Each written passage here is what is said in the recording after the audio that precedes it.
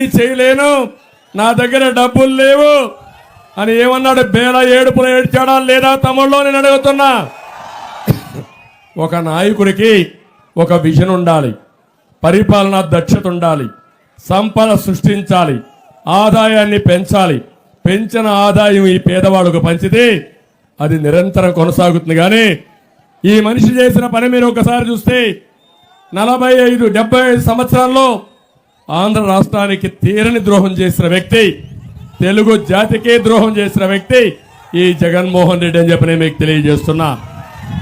ఇక్కడ ఉండే వాళ్ళందరూ ఉన్నారు. ఏం తమ్ముళ్ళు ఒక్కడైనా ఆనందంగా ఉండే చెప్పండి, నేను వినాలనుకుంటున్నా. ఏం తమ్ముళ్ళు మీకు ఉద్యోగాలు వచ్చాయని మిమ్మల్ని అడుగుతున్నా. జాబ్ క్యాలెండర్ వచ్చిందా అని మిమ్మల్ని అడుగుతున్నా. డిఎస్సి పెట్టాడా అని మిమ్మల్ని అడుగుతున్నా. పరిశ్రమలు వచ్చాయని నేను మిమ్మల్ని అడుగుతున్నాను. వస్తాయని నమ్మకం ఉందా అని మిమ్మల్ని అడుగుతున్నా.